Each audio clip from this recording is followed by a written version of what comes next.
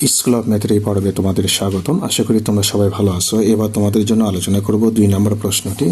2 নম্বর প্রশ্নে দেখো যেটা বলা হলো যে তোমাদের নিচের সংখ্যাগুলোকে কথায় লিখতে হবে। এর আগে তোমরা যেটা জানলে সেটা হলো মানে আমরা কথাই ছিল অঙ্কে লিখলাম, এবার আমরা অঙ্কেই আছে কথাই লিখব।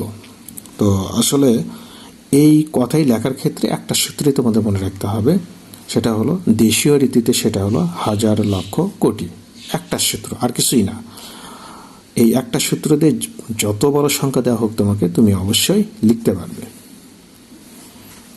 তাহলে দেশীয় রীতিতে আমরা যেটা লিখব, প্রশ্নে যদি উল্লেখ থাকে তুমি দেশীয় রীতিতে লেখো, তাহলে তুমি দেশীয় রীতিতেই লিখবে।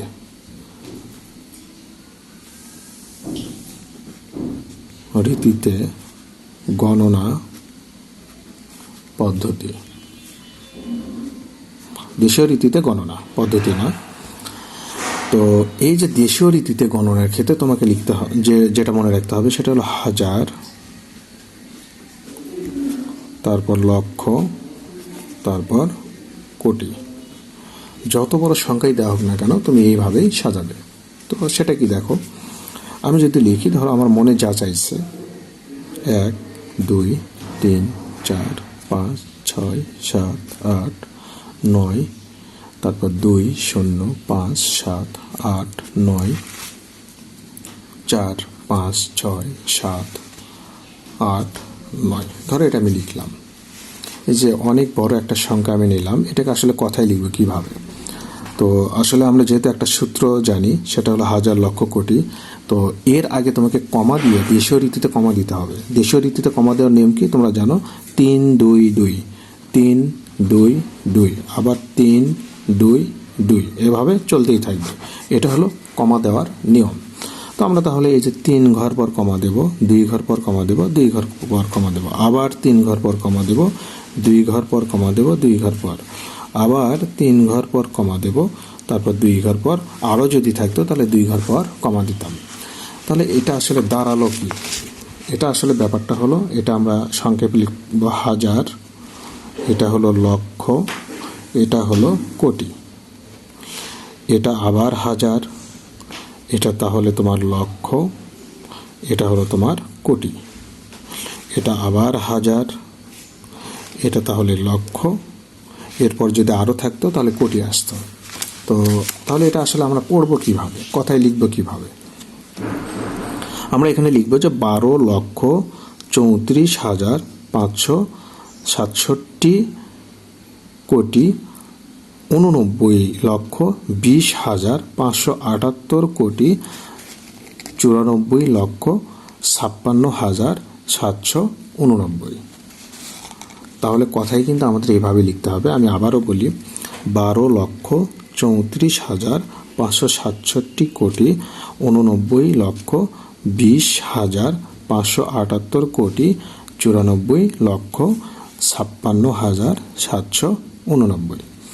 এই যে বাংলাদেশে যখন বাজেট ঘোষণা করা হয়, শুধু বাংলাদেশ নয়, বিশ্বের যত বড় বড় দেশ আছে, ওই দেশগুলোতে যখন বাজেট ঘোষণা করে, তো আমাদের দেশের বাইরে যখন বাজেট ঘোষণা করে, তখন কিন্তু তারা আন্তর্জাতিক রীতিতেই গণনা করে আমাদের বলে দেয়। কিন্তু আমাদের দেশে যখন আমরা বাজেট ঘোষণা করি, তখন কিন্তু আমরা দেশীয় রীতিতেও বলি, ওটাকে আবার আন্তর্জাতিক রীতিতেও বলতে পারি। তো বাজেট ঘোষণার ক্ষেত্রে বিশাল বড় একটা অ্যামাউন্ট আসে, সেই ক্ষেত্রে তোমরা দেশীয় রীতিতে চাইলে এভাবে কথাই লিখতে পারবে।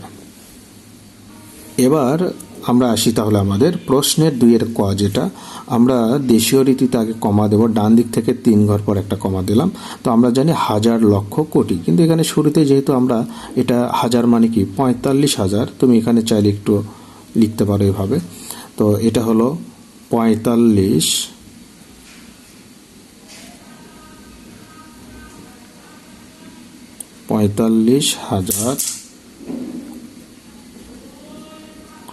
789। এটা আমরা পেয়ে গেলাম। ঠিক পরেরটা দেখো, পরেরটা 3 ঘর পর কমা, তাহলে এটা কি? এটা হলো হাজার, তাহলে 41,000 7 পেয়ে গেলাম। তাহলে এটা 3 ঘর পর কমা, তারপরে আরেকটা কমা। তাহলে এটা হলো হাজার, এটা হলো লক্ষ। তাহলে 8 লক্ষ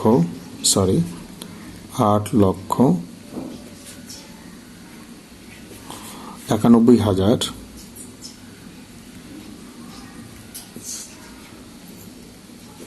90,071 এটা আমরা পেলাম। ঠিক পরেরটায় যদি আমরা যাই, এটা আমরা আগে কমা দেব 3 ঘর 2 ঘর। তাহলে এটা হাজার, এটা লক্ষ। 2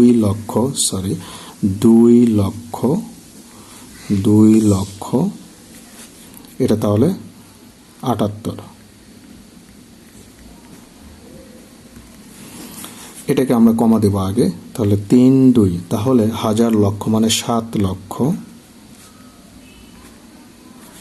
90,000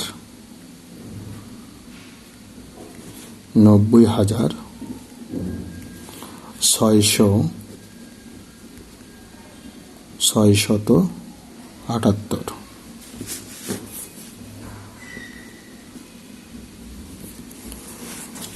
এরপর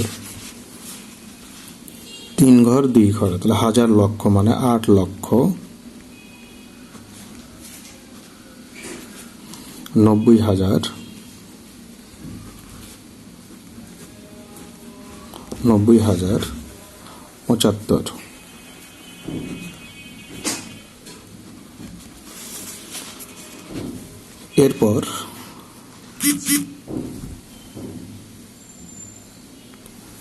এরপর আমরা 3 ঘর 2 ঘর পর কমা দিলাম। তাহলে হাজার লক্ষ মানে 44 লক্ষ 44 লক্ষ, যেহেতু এখানে 0,000 তো আর লিখতে পারবো না, সর্বশেষ আমরা লিখব 785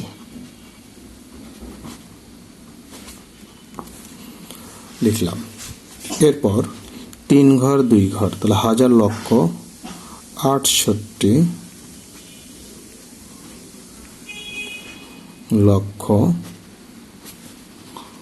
70,509। এরপর 3 ঘর 2 ঘর, তাহলে হাজার লক্ষ 71 লক্ষ 5,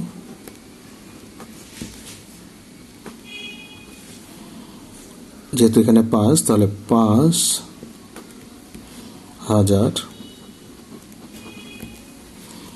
শেষে তোমার কত 70। তাহলে এইভাবে আমরা কথাই লিখতে পারি। তাহলে যত বড় সংখ্যাই তোমাকে দেওয়া হোক না কেন, তুমি শুরুতে দেশীয় রীতিতে কমা দেবে 3 ঘর 2 ঘর 2 ঘর, আবার 3 ঘর 2 ঘর 2 ঘর, আরও যদি থাকে তাহলে 3 ঘর 2 ঘর 2 ঘর। সর্বশেষ তুমি লিখবে কিভাবে, ডান পাশ থেকে হাজার লক্ষ কোটি, আরও যদি থাকে হাজার লক্ষ কোটি, আরও যদি থাকে হাজার লক্ষ কোটি। এইভাবে তোমাকে সাজা নিতে হবে, নিয়ে তুমি তোমার মতো করে কথাই লিখবে। আর আরও একটা বিষয় মনে রাখতে হবে যে 1 থেকে 100 পর্যন্ত তোমার 9টি সংখ্যার লেখার ক্ষেত্রে আমরা কিন্তু চন্দ্রবিন্দু ব্যবহার করি। একটা হলো, প্রথমে হলো 5, 5-এর ক্ষেত্রে চন্দ্রবিন্দু দিতে হয় বানানে যেটা।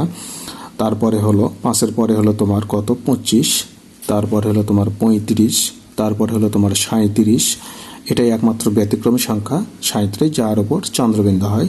তারপর 37-এর পরে তোমার 45, এরপর তোমার 45-এর পরে 55 হবে না, 65 হবে, 65, তারপর 75, তারপর 85, তারপর হলো তোমার 95। তাহলে কয়টা হলো 1 2 3 4 5 6 7 8 9। তাহলে 1 থেকে 100 পর্যন্ত এই কয়টা সংখ্যা লেখার ক্ষেত্রে আমরা বাংলা যখন লিখি বানানে চন্দ্রবিন্দু ব্যবহার করতে হয়, এটা অবশ্যই মনে রাখবে।